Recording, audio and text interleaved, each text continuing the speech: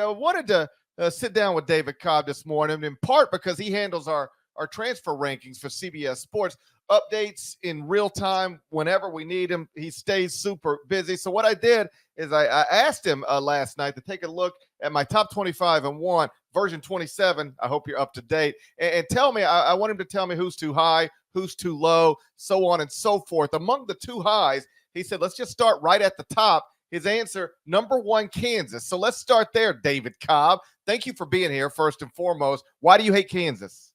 Well, Gary, it's more like, why do you love Kansas? People talk about you being a Boilermaker. They talk about you. What are you this year? I heard you've made your declaration already. What are you? I don't know that I've decided yet.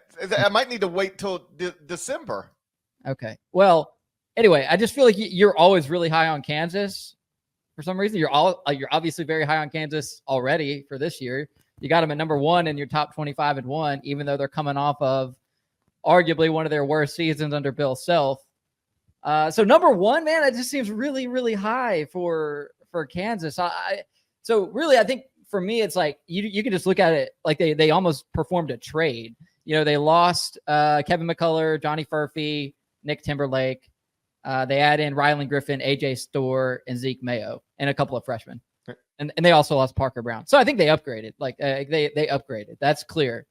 But I don't know that they've upgraded to the point where I'm ready to declare them the number 1 team in the country. Okay. So first, to address the allegation, why are you always so high on Kansas? For the same reason I'm typically high on Duke in all of the years under Mike Krzyzewski, because they're always good. Like the Wikipedia page exists. I would invite anybody to go look at it. Kansas has been under Bill Self, if not the most reliable program in America, certainly among the most reliable programs in America. So it starts there. But, I really do think let's just go through a projected starting lineup. It starts with DeJuan Harris. This is a guy who feels like he's been starting forever. He might not ever be a first-team All-American or even a second-team All-American, but he's a rock-solid, steady lead guard who has, like, quite literally won a national championship.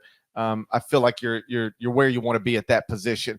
AJ Storr is a guy who just averaged nearly 17 points per game in the Big Ten for an NCAA tournament team at Wisconsin. He's got size, so he's going to give you size. Only 6'7", so you're going to have size on the perimeter there.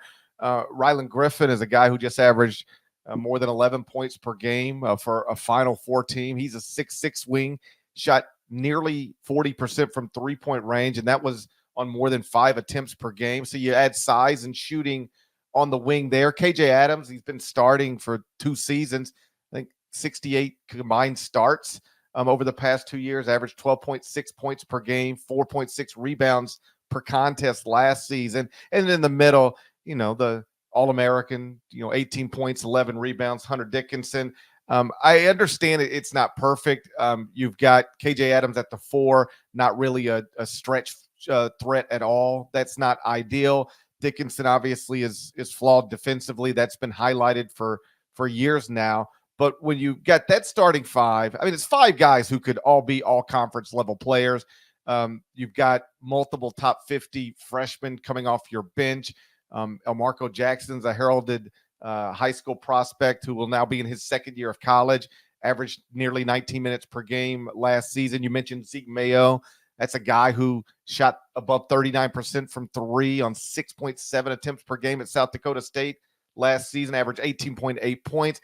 To have that kind of scoring and shooting off your bench is obviously advantageous. For what it's worth, and maybe not much, but for what it's worth at FanDuel, Kansas and UConn are currently listed as the co-favorites to win the national championship at plus 1,000. So I'm at least in line with the betting markets, but I don't know that it's clear cut. Like our friend John Rothstein, he's got Alabama number 1 right now. So you can go with other options. Certainly nothing crazy about just giving the benefit of the doubt to the 2-time and reigning national champion UConn Huskies. But I went Kansas, perhaps because I am 40% Jayhawk.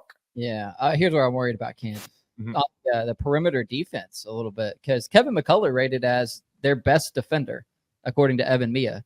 Even better than, Hunter Dickinson, who at least in theory as a 7-footer should be really impactful, but maybe wasn't as often as they would have liked. So obviously Kevin McCullough was out and they had to get used to life without him for a decent chunk of the final stretch there last season, but he's altogether gone now. And then you go and look at where AJ Storr and Rylan Griffin ranked on their respective teams defensively. They were trending towards the bottom. And Zeke Mayo is a little bit undersized. He wasn't like the Summit League Defensive Player of the Year or something here. And now he's going to be guarding Big 12 players. So just a little concern there for you to plant a seed of doubt in your mind, GP, about Kansas, so that, maybe like, what would it take? What would it take at this stage in the offseason when all the dust is mostly settled in the portal? Like what would have to happen for you to usurp Kansas as the number one team in your top 25 and 1? Like if Alabama were to add another big piece, I could see myself adjusting for that.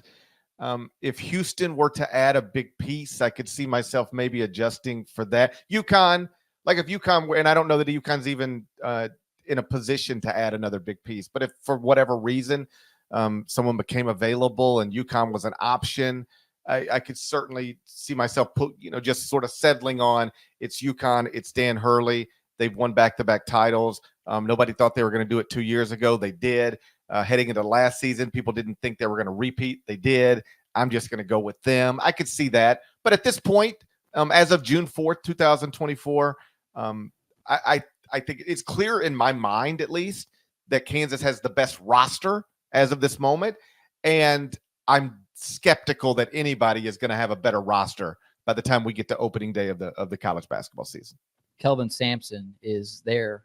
He's there with a really good team. Yeah. He doesn't have Jamal Shedd, but he's got a really good team. I mean, I think Houston, I don't have it right in front of me, but they returned something like 6 of their top 8 from a team that was obviously awesome up until the moment Jamal Shedd got hurt in the NCAA tournament. Losing an All-American, and not just an All-American, the lead guard who can, impact the game on both ends of the court, but also like your leader and the centerpiece of your program and like the guy who represents everything your program stands for. Like losing that is that's a big deal. But again, I'll just go back to one of the things you'll notice about my preseason rankings typically is that I do believe in people who have shown they can be trusted. I do believe in programs that are consistently excellent. Like I don't know that Purdue really has one of the 15 best rosters in the country, but I know that Purdue is almost always one of the 15 best teams in the country. That they're reliable. So I'm going to have them there again. So, Houston in the top 5 is a little bit of that. Even when they lose Jamal Shedd, I still assume they're going to be great. The one thing that could impact all of this in the long run is like some of these teams, a lot of these really good teams, Kansas, Houston, Iowa, they're all in the same league. And so you could spend January, February, early March, them just beating each other's brains in where like, you could see somebody who rates or looks like the best team in the country, incapable of even going on a 4-game winning streak once they hit conference play because that league is so outrageous. Yeah, but GP, they rigged KenPom by playing a bunch of schools in the non-con. Yeah, I heard about that. I don't know that it was ever proven to me, but I certainly saw the clips. I saw the clips of people suggesting such things.